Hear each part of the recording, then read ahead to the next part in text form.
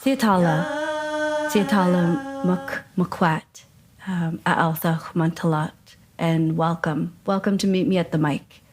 Here we're in Saltamuc today, gathered around our virtual kitchen table here in Chilliwack.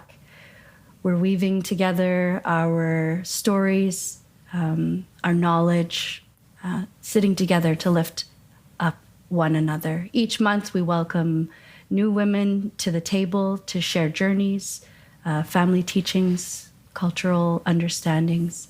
So grab a cup of tea and join us. Let's get talking. Today, our guest is Ange Paul. Ange is your Hualmuxqui Quinat? Quinat. Awesome.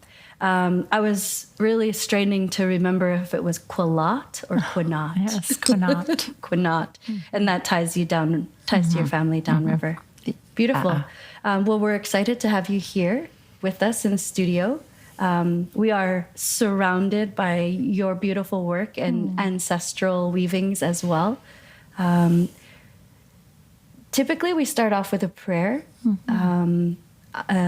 I can offer us a prayer to begin with, and then we'd love to have an introduction. Awesome. I think I'm going to sing a song. Yeah. Hey, oh, oh, oh, hey, oh, oh, hey, oh,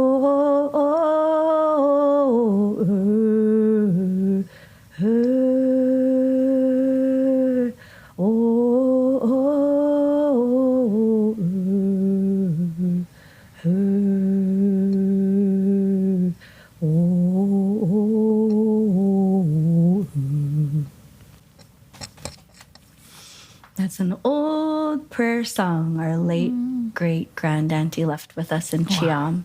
Wow. Once in a while you hear it come out for the table. Beautiful. Yes, so we're grounded. We've got our tea. I'd love to have an introduction, however you feel, to introduce where you're at in life today and where you come from.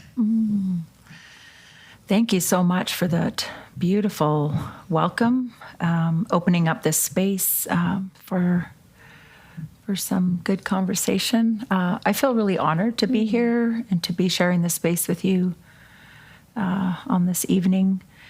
My name is Ange Paul. Quinat is my Hualmuxqui, my ancestral name. I'm very proud to carry that on behalf of my family and communities. I am a grandma. I'm the daughter of Wika, late Alex Paul of Staelis, and my late mom was Cookie Thomas, and from the Squamish Nation. Very proud of my lineage and very proud of my path in life that I've been fortunate to have had, that brings me to the here and now and to this space. I am the executive director of Mammoth Health Center. I am a Coast Salish weaver, and interestingly, I didn't start weaving until only about 13, 14 years ago. I wasn't really exposed to weaving growing up. I would say I was, like so many of us now, in that time of real change, bringing us out of that residential school era, those dark times, into a time of revival and reconnection and that reclaiming of our ways. And so important to know who we are, where we come from, and to understand and to follow our path, our journey in life. So, once again, I'm just happy that my journey's brought me here to share with you in this space here today. Amazing.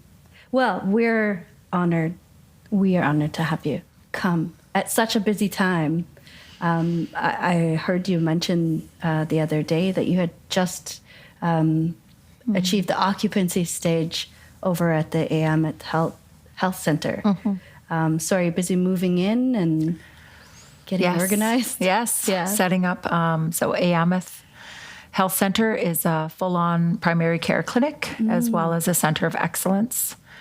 We were fortunate enough to work with my niece Roxy George and her mentor Bibiana? Bibiana, Oh, cool. to search for the name, and one of our knowledge holders and language carriers at home, Kelsey Charlie.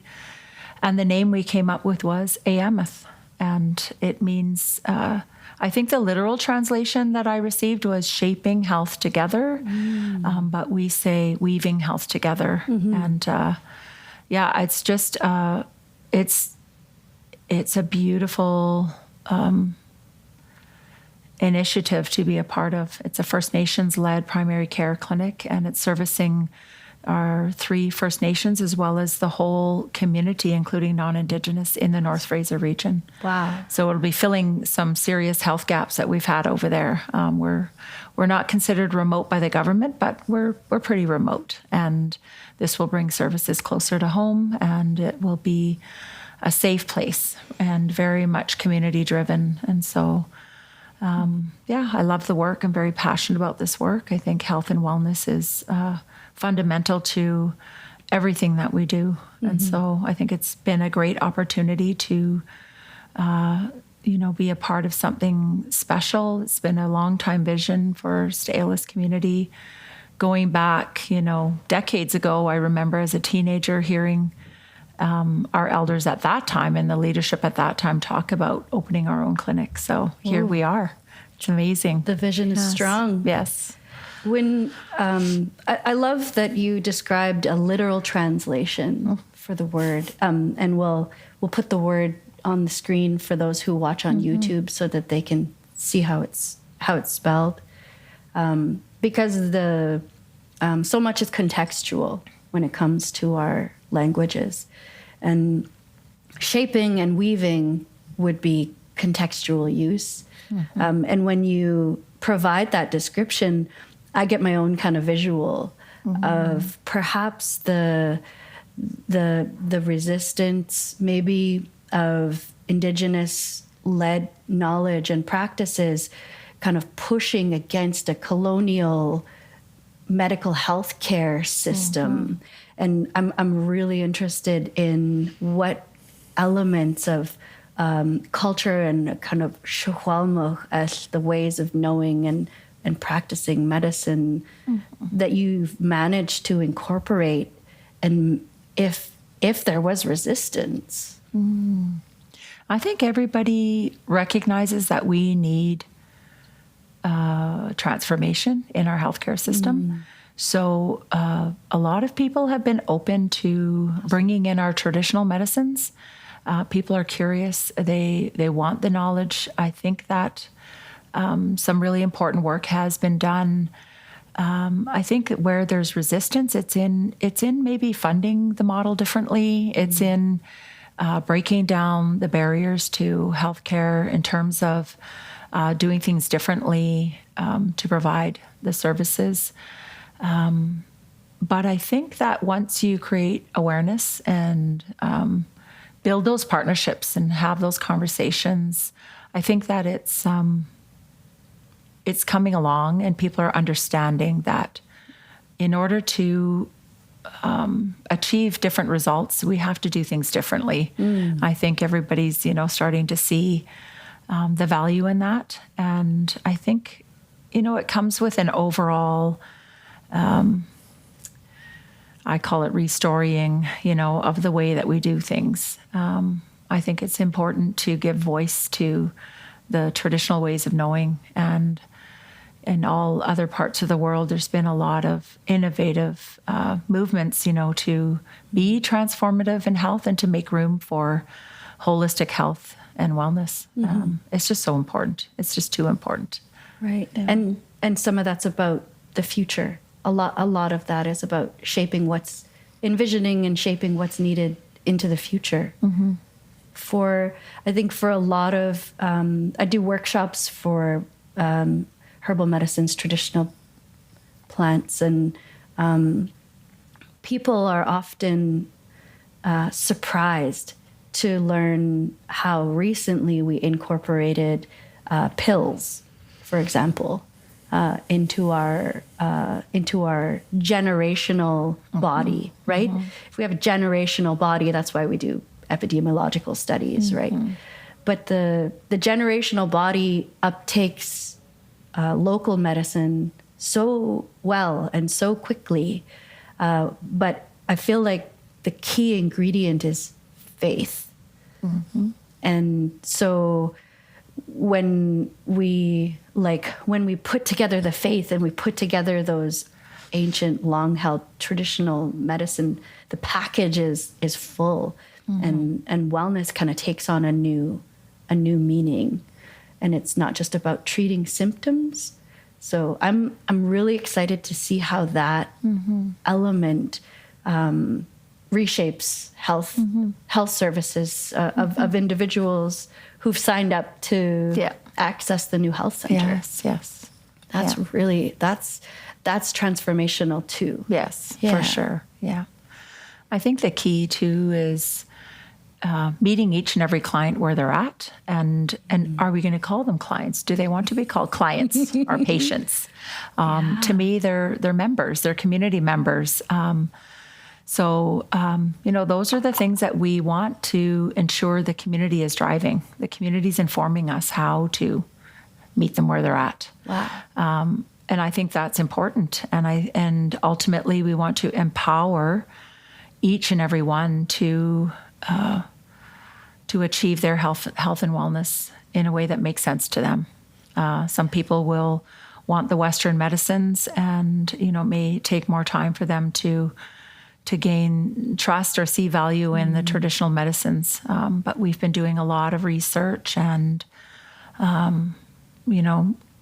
compiling those sets of knowledge around the traditional medicines and the ways of health and wellness. And I think that's what's different, and that's what's important. It's making room for that. It's making space. And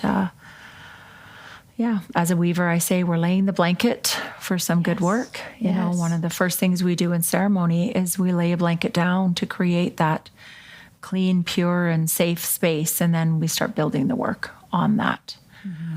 It's much like these weavings that you see. There's that purpose. So I think, in the new health center, Ayamoth, we want to ensure that we're creating a safe space, and that it's safe for each and every one that comes in, and that they can be empowered to drive their own health and wellness. Hopefully, with the Center of Excellence there, we have opportunity to really focus on education and prevention, early intervention, as opposed to, just disease management and waiting for when, we get sick. So I think that we have to really make room to understand, what are good foods. And I think, I think that it's been coming. I think that in this day and age, especially our younger generations, they're not afraid to ask the questions. What is in this, what I'm eating? And, people, I love that. The different products, even what we're wearing, people want to know. And I think that, we didn't understand. We grew up in a time where, we still ate, things that we now know are poisonous. And what you can't know what you don't know. So I think bringing awareness to those things is important, and understanding that our ancestors had very sophisticated knowledge systems, and understanding the land that we're on, and the beautiful gifts that it has in terms of foods and medicines, and the medicines of our water, and the understanding of healing ourselves and keeping ourselves well. I think that's the beauty of Ayamoth, and that's being able to create that space for all of this to start coming together and really genuinely weaving together Western methods of health and wellness and our traditional knowledge systems and our traditional medicines. Yes. Yeah. Is there connections between the work in your role as executive director at Yammoth and the doctoral research that you were engaged in previous? Yes, I am still working on my doctoral work. Excellent. Yes, just off the side of my desk now. It must be a big desk. Oh, it's one of those wraparound desks. It absolutely is. It's really interesting how I came into this role. Our CEO at Staelis, Willie Charlie, actually was cornered me at a canoe race and said, "Ange, you have to look at this job. We need you to come. You're perfect for the role." And I thought, like me, I just didn't see it. And then he started talking, and amidst that conversation, I don't even know what he said, but I just remember physically being thrown back, and I had a reaction to it. I said, "Oh my gosh, Willie, you're talking about jurisdiction. Like, you're talking about health jurisdiction, taking back, reclaiming our ways of health and our ways of,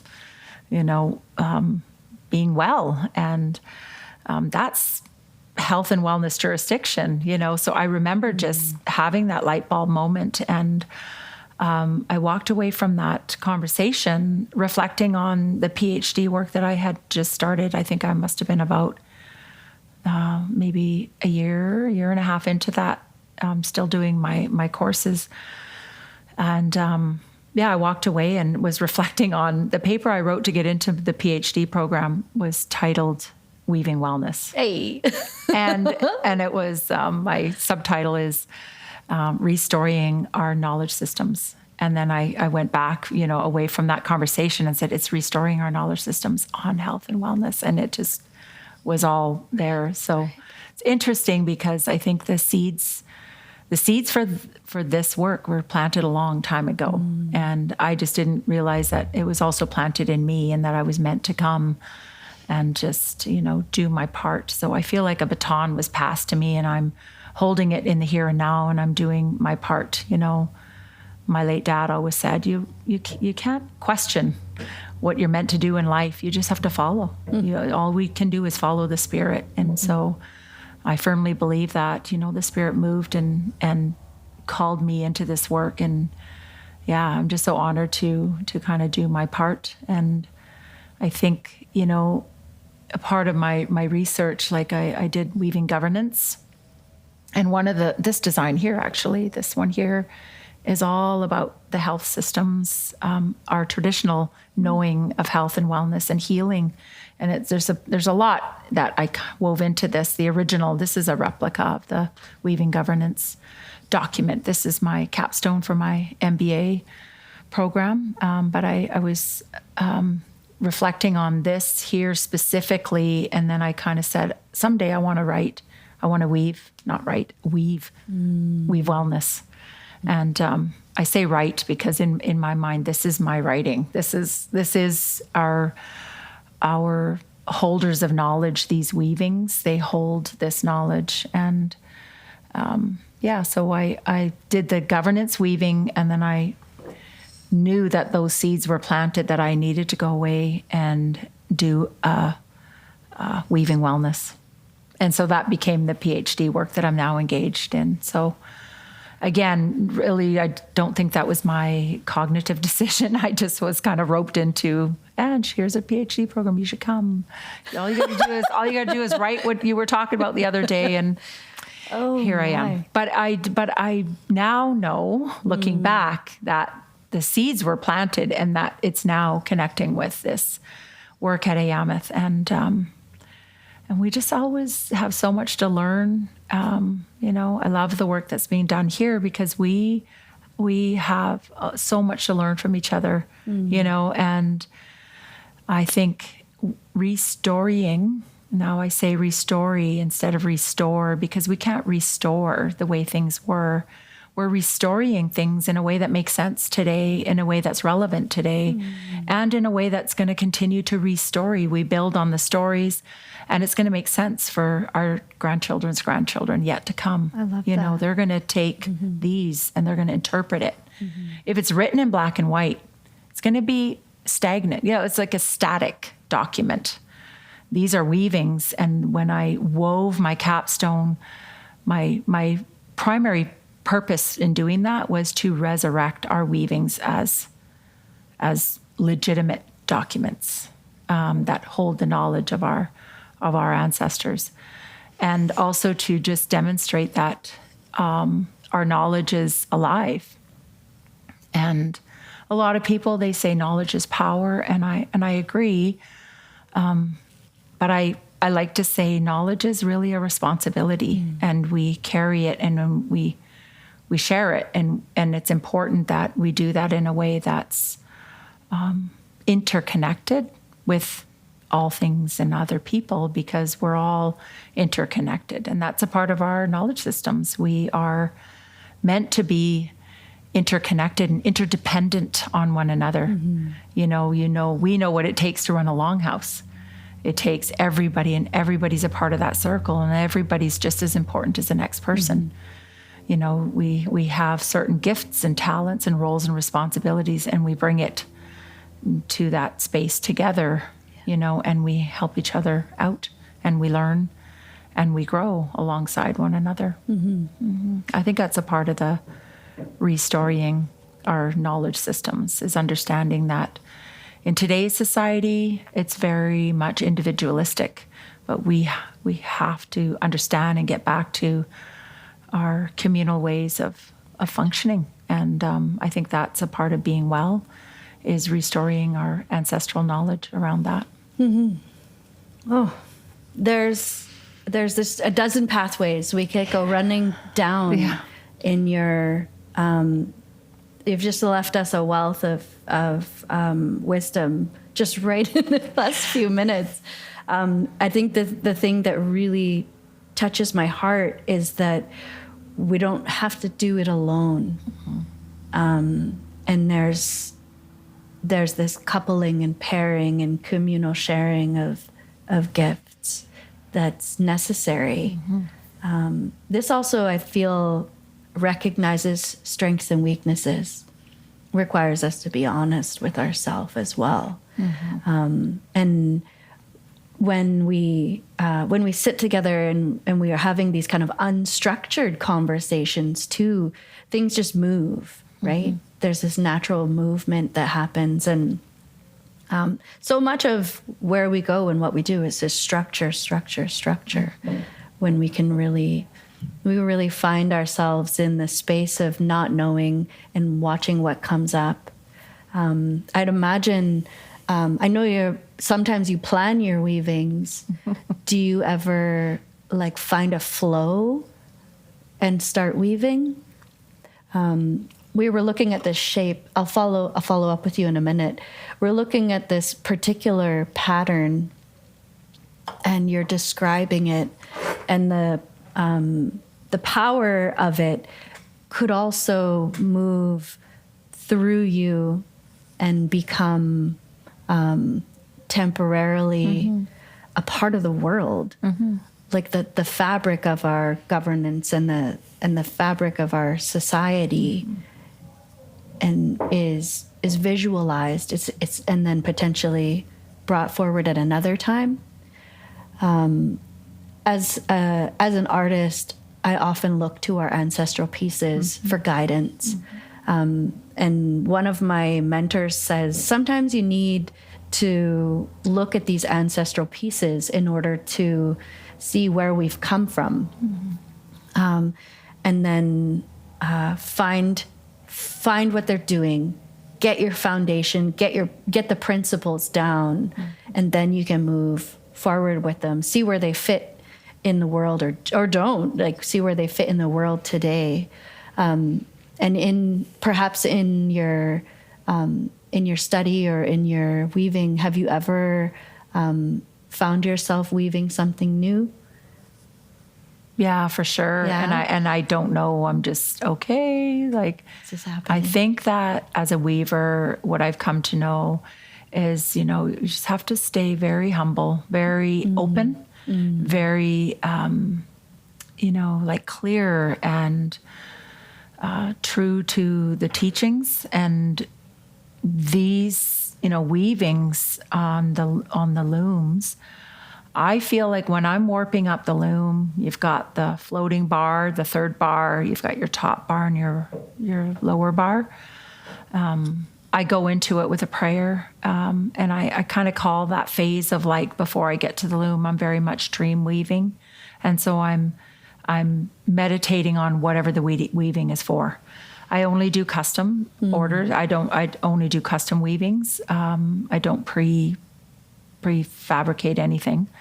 And so when I'm preparing to do a weaving, I'm envisioning who and what it's for, and trying to make those connections so that it's an informed, you know, story that's coming through. I think that when I'm warping up the loom, I'm kind of like praying, and it's to me, it's like you're reaching into the past and you're bringing it to the here and now, and then you're going into the future. That's how I feel when I'm warping up. Yes. Those bars. That's what I feel like, those bars.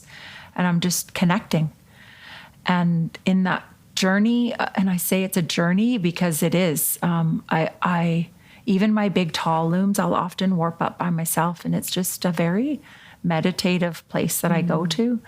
And preparing the loom is important. It's, to me, it's like laying that blanket and then the work's going to be built. And when that, to me, is warped up, it's like the door's been opened and you've created a portal to the ancestors, to, you know, that come through the loom, and they'll help through that journey. And there's so much to learn. I've cried at the loom. I've laughed at the loom. I've sang. I've heard songs at the loom. Like, there's so much that can happen if you really clear that space to do that work. So yeah, to me, it's a prayer to my ancestors and to the ancestors of whoever or whatever that piece is for. It's making those connections. And yeah, I can go into you know, a project with a drawing and it's all mapped out. There's a lot of math involved. I bet. You know, with your creating your designs. You know, X's on a graph, all the colors, my math's done, all the equations. And sometimes I warp it up and it's like, takes a whole new life, so that I have to push those drawings aside and say, it's turning into something else. And I just have to follow that. I really honor that, whatever those messages are, and it becomes what it's meant to be. I've heard, you know, similar stories from carvers when, you know, if this piece of cedar is meant to be a wolf and I'm trying to carve a raven, it's not going to happen. And I feel the same. I understand that now as a weaver. I understand. Really present work. Yeah. Your description of warping and time really pulls me back to a moment I had spinning on the spindle whorl. And the old spinners would spin forward on the spindle whorl right-handed and backwards on the left hand. And that creates a particular spin. The directionality is the same direction as everything we do. And this is key. And when the two strands ply, I was plying one day and I suddenly saw like two threads of time, one going forward and one going backwards simultaneously, and thought of how if weavings were done with the two ply as like a base in the warp, how that would move thought, prayer, intention, and to hear you speak about other ways, that time comes through. It really it makes weaving makes them have such an impression. Yes. Yeah, they need to live and breathe, and I feel like it's really special, this restoring that's happening, and the resurgence that's happening, and the visual aspect of it, not just on weavings themselves, but now we're seeing this form of storytelling happening in documents and on buildings and in clothing, other than woven clothing. And there's a very much an acceptance of it, a recognition of it. And I've traveled a little bit in different parts of the world, and spinning is always important, and weaving is always important. When you ground yourself in these cultures of weavers, where you get your wool from becomes a whole lifestyle in its own at times. I was at the Santa Fe Indian Market this year, and I wanted so bad to touch every weaving in the whole market, but you have to have that respect, right? Yeah. I got real close to this one particular weaving, and it was a prize-winning piece. They have ribbons if they've won a prize in the show, and all of these juries are really looking for traditional elements, but they're allowing these kind of glimpses of contemporary efforts as well. And this woman had spun in the grease, which, are you familiar? It just means like right out of the kind of take the wool off the animal and then you start spinning it right away. Right. And so there was lots of texture in her piece. And then there was a band in the center, and she had beads in her piece. And I said, how did you get those beads in your piece? Because they were glass. And you could just picture it, right? Trying to run your wool through a glass bead. Yes. And she said it was really challenging because she had to carefully file every bead and carefully pull through. But if you had seen it, it was just really something. We're not actually some of us not actually able to see the piece that we're sitting with here. Some people are listening on Spotify. Yes. Are you able to, bottom to top or top to bottom, describe what we're looking at in your governance piece? Sure. I love that you're just talking about blending in the contemporary elements into our weaving practices or in practices of art. Because this design here, the arrows that you see, they're just little arrows all pointing to the right. That design, to me, what I was weaving about here is the adaptability. It's a whole part of my capstone work that's talking about how our elders, our ancestors, were always adapting to an ever-changing environment. If they would modify tools, they would, move their practice, always responding to the elements around them, to make things more efficient, more effective, or it was always like adapting to the environment, whatever was changing. And we can learn from that, like we're always challenged with, we want to have this like balance and harmony between the past and the present. And I really focus on that word restoring, because I think we have to take our knowledge systems from our ancestral ways of knowing and ways of doing things, and use it in a way that is upholding it. It's with integrity, and yet it is meaningful today. It makes sense and it's relevant. We have to show that it's still relevant today. It's not this set of knowledge. It's not a language, or it's not a way of carving canoes, or making paddles, or a way of using these weavings. It's still relevant today. It's not something we put on a shelf. It's not this archaic, barbaric, whatever. It's alive. It's alive. Yeah. And it's real, and it's still relevant. It still holds meaning today. And so this does go through time, these knowledge systems. It's still relevant today. And our ancestors were refining ways of spinning and weaving, and there's some elements of that we hang on to, and then there's some that we modify because we have to adapt and keep it relevant. So we uphold those knowledge systems of our ancestors, today in the present, in a way that's going to be able to sustain and stay relevant for future generations. And I think about our language, and there's that root word much, for example. There's so many words where you'll find that word much, that root much, like muchia.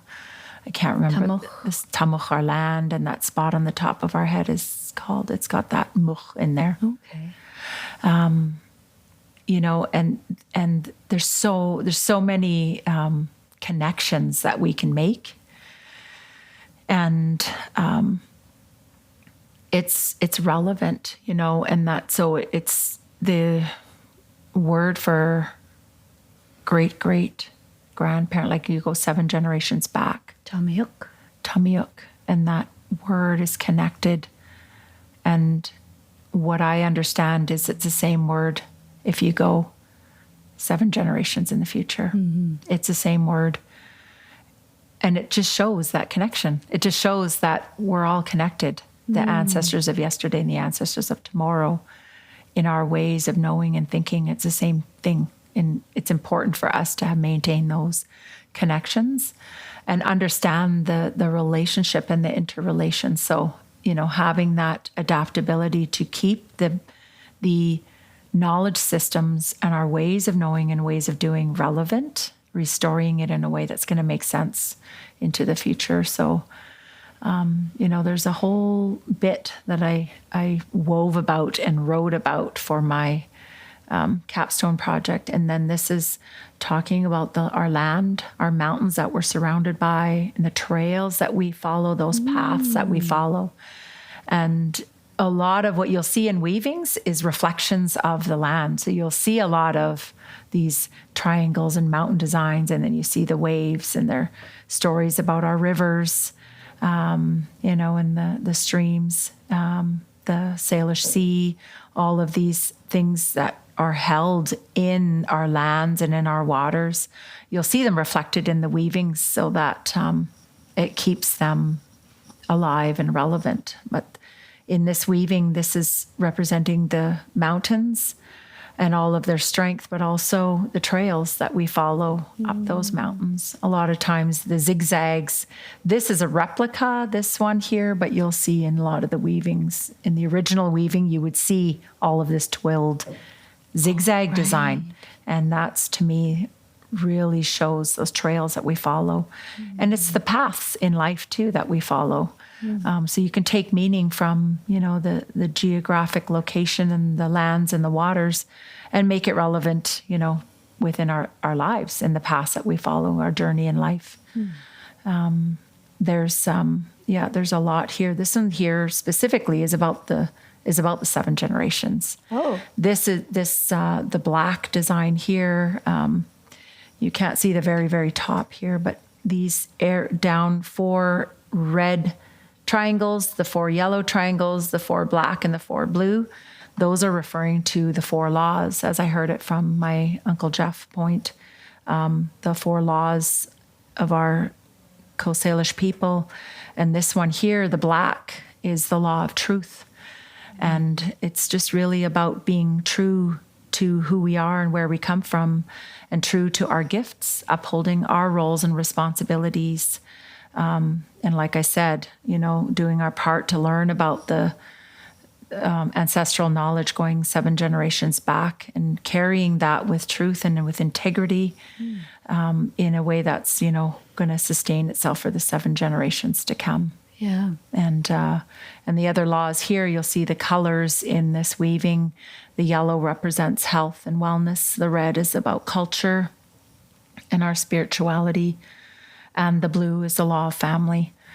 And again, just really recognizing that we're all connected and we are responsible. Not only do we have, rights to our lands and our waters and our traditional ways, but we have a responsibility to those too. And so bringing those, to life in whatever ways makes sense. Like this is a replica of the original. This is a jacquard weaving. But you'll see that a lot with our blankets being replicated because it's important. And that's a way that we're adapting and we're keeping it's accessibility things. too. Exactly. Keeping things alive. Beautiful. Keeping it relevant. And like I said before, this specifically is about healing. And interestingly, on the original weaving, this one here, this is a very challenging design to do, and it's hard to kind of show you here. There's a stack design here. A lot of what I've done in weaving is teaching myself and really introspectively praying, studying these old weavings, and trying to learn, as best I can how the techniques and how to do these. And this is a very challenging one. And when I was doing this one specifically, this design, you see the original, it's in blue and white, and it's like this stacked design where you go straight down. And in my work, when I was weaving it, it kept wanting to go diagonally to the side. Oh. And then I found myself like getting frustrated and then literally in tears. And I had my apprentice, Carrielynn Alec, working on the far side there, and I was over here weaving. And when she showed up and she jumped in and she started weaving, and we were just weaving quietly, and then she was getting frustrated and crying, and I was crying. And then I looked at her and I said, well, this is about healing. And we're trying to turn. We're trying to turn, but we can't. We have to go through it. So we kind of stopped and we had a big discussion about, like they say, when you're going to get into an accident on a car when you're driving and you want to turn into the skid or hit the brakes, but you're taught that, well, no, you can't do that. You have to just go through it. I don't know if you know what I'm talking about, but that analogy. And so this just came about a whole, chapter of my capstone about healing and the importance of really holding those lessons, when we're healing and we're growing. And it was a beautiful thing that we were able to kind of go through together. And so the weaving wellness will kind of get in a little bit more deeply about that, the importance of healing as individuals and families in our communities. We have to yuck with it. We have to untie some of those things that were done to our people, the things that we learned, the things that we picked up, and in order to do that, we really have to go through it. We have to keep going, and not turn into the skid. As the hydroplane. Yes, the hydroplaning, right. We do a lot of that around here. Yes. On the rainy Don't nights. hit the brakes. Yeah. Oh my gosh. Yeah.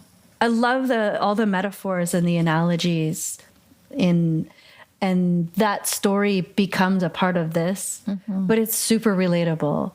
It is super relatable, especially for attempting to confront generational disease, generational addiction, generational behaviors. Like, how are we, we can't hit the brakes entirely. We've got to look at them, look at our pieces.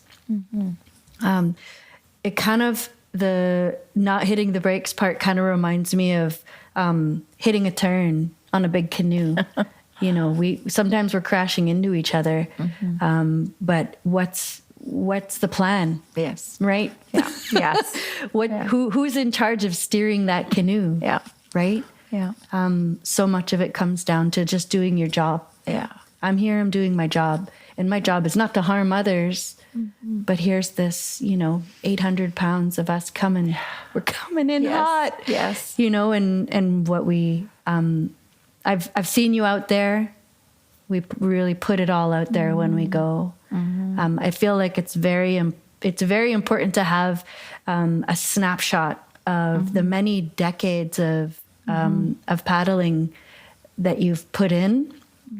I haven't had the opportunity to.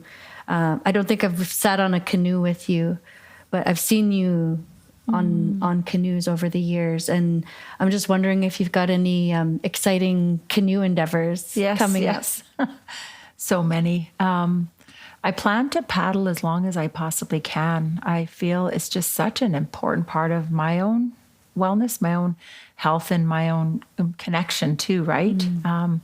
Interesting that you bring up paddling, because this design here next is an 11-man canoe. Right here, you'll see 11 triangles, and then you see the little mirror of the triangles down below.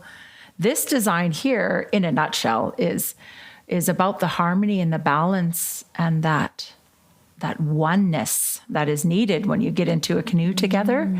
In order to maintain that balance and harmony, it's really reaching together, everybody in unison, everybody in harmony. We're breathing together, we're reaching together. Paddles hit the water same time, we reach down and we pull back all the same time. And we're trained to try to achieve that harmony and that balance. And, our coaches and our elders always say, when we do that together on the canoe, and reaching down into the water, our ancestors are with us. So this design here is showing that we're reflections of the ancestors, that paddle with us out there. But I absolutely love paddling. I have so much love and respect for everyone that's out there, and talk about modernizing. Many of us also race in our more globally with the outrigger canoe racing, paddling. Excited to be getting myself ready for the Singapore, the World Sprints in Singapore next summer. Something that, I like to do also, just to keep myself. Bit of travel too. Yeah, a little bit of travel. There's always so much to learn. And I love the sport of canoe racing.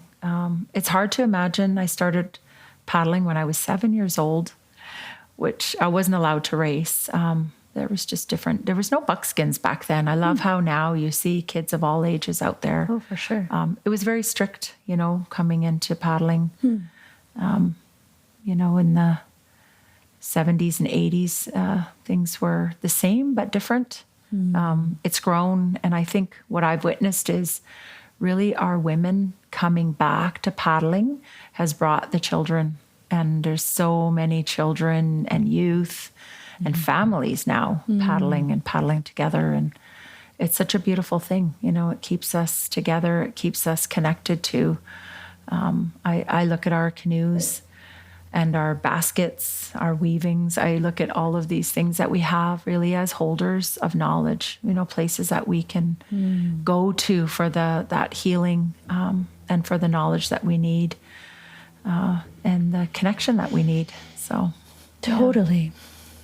I see your one of your grandsons out, and he's kind of at this prime age where he was in the 13 and unders, and then he would go in all the 16 and unders, doubles, singles, doubles, 6s and 11s, and they're doing like 10 races a day. And that's such a beautiful thing, right? All the different crews that he's going with too, connections he's making, or connections he has to so many, from Vancouver Island up to Chehalis, connections he'll have for a lifetime. And for sure, that ancestral connection is right. Like he never looks alone. Yes, it's beautiful to see him. And like 10 races later, he's still glowing, and he's probably got 10 more races in him. That's a bit it's a bit energizing to witness. Absolutely. He can go camp to camp to camp, sit down and eat over here and go over there and visit. Have another supper. Yes. But congratulations Thank also. you. Yes. On your, I hope Singapore goes well. Yes. I know they have a booming outrigger community there, and to have women and men and coming from all over the world. Yes. I'm sure that'll be exciting. The last one was Hilo. Oh, okay. Yeah, Hilo, Hawaii, the World Sprints. The World Sprints were in Hilo? Okay. I was thinking of Bora Bora. That was a different race. Oh, though. yes. That was, that was another outrigger. I think it was more long distance, maybe. I'm not sure. So the sprints, are they like 500 meters, 1,000? Yeah. 1,500, 1,000, 1,500. Lots of turns? Lots of turns. Very, very hard. Very challenging. Yeah, I was able to steer in the race, and the double haul is where they have the two canoes going in tandem racing, and that was my first time in the moment jumping in to steer that race. Very challenging, certainly an adrenaline rush, but I think just like anything, I had to kind of calm the nerves and just pray and connect. Literally kicking off my shoes and put my toes in the sand while we were lining up. There's a process to get into you queue up to go out to race because the sprints, they move really quickly. But I remember putting my toes in the sand and literally praying to my ancestors and the ancestors of that land and just, praying that for guidance and just help and to stay calm and to be, maintain that level of confidence you need to be able to steer things right out there. I mean, just paddling hard is hard enough. Now you're responsible for the steering whole is that's the next level challenge. Yeah. But it's I love it. It's a passion of mine, and again, I think it's just if you're put in a position where you're meant to hold this. You're responsible for something, you just have to accept it. And in our way, you just like, I always go back to my dad's words. It's like, you don't have a choice. All you can do is follow. You just follow and you do what you're meant to do. Beautiful. And you just got to believe, we believe in ourselves and believe in the things that we have, believe in our own medicines, for example, right? It's important. It's an important part of who we are, and reconnecting to those ancestral teachings. Yeah, I really feel your strength, just like anywhere you go, big room, small room, walking down the street. It's something to see. When sometimes women in our communities can be some of our biggest obstacles.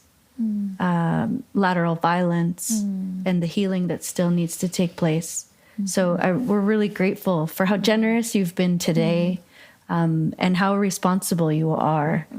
I really believe in that responsibility as well. So precious, and we only get a short amount of time to really move with it. And you're doing beautiful work, and your ripples are going to grow with the Ameth. They're just, I can picture walking into a building and feeling like you'll be seen and heard is transformational in itself. Yes. I've walked into other health institutions and not been met with seen and heard.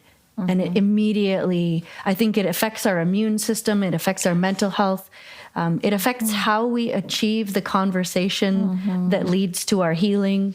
And so to know that this is part of the transformation, I'm really grateful, excited for that.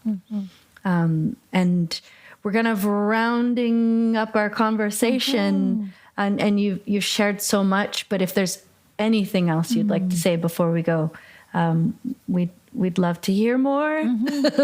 Well, I love that you just mentioned ripples. I weave a lot of these designs that you'll see. They're rippling, right? You see the diamond pattern and what we call twilling, where you can see the warps behind it. The the ripples of those, a lot of times when I'm weaving that, the message I think that design is holding is that we always have to be aware of what we're doing, what we're saying, and to be accountable. So you speak of the lateral violence, and I think that's a really important lesson of our ancestors, that the Siwis, the teachings, the Snawaith, our laws, that's really important sets of knowledge around that we need to bring back and, rethread through everything that we do is understanding that everything we say and do ripples. It has a ripple effect. It ripples out into the universe. And so we have to be very careful of that and, just be aware. And, and I think that those are just those seeds that were planted, in all of us in those residential schools. And again, it's just yuck with it. It's untying that and understanding that, what they planted in our parents, my parents, grandparents, those who went to those schools, we have to unlearn those ugly messages. We have to recognize that those negative and, ugly seeds were planted, and they were really bred into all of us, right? Like I always say, we were legislated into poverty. And when I say poverty, I don't mean just economic poverty. We were impoverished from our Snawaith and our Siwis. So now we're bringing that back, and we have to really delve into that and recognize and be aware that we're replanting the good seeds and the healthy seeds, and our ancestors did this work. And so we pick up the paddle, we pick up the weaving, we do, the things that we're meant to do. That's going to nourish us, and that's going to really water those good seeds, that were planted. And then we share and we teach. And those are the teachings of generosity and kindness and, really lifting each other up, those gifts and talents and the roles and responsibilities that each and every one carries. We have to really respect each other and the work that we're doing, and knowing that we need each other. We're all interconnected. And that's the way we're going to thrive, the way our ancestors, did and on our lands in connection with all living things. And I think that's what they envision for us. And I'm just so blessed to be here and talk a little bit about this good work of our ancestors. I love it. We'll carry it forward. I certainly hope we'll see you soon. I feel like you just warmed me up. And I appreciate that. Maybe I was a little bit cold, and so thank you for that, and for bringing your beautiful work. For those who are tuned into Spotify, maybe check this episode out on YouTube, because it's been a real treat. So Yatu Kwasai Kunat for today, and Titala Kwasmok Alap, everyone who tuned in. Thank you all, and we'll see you soon.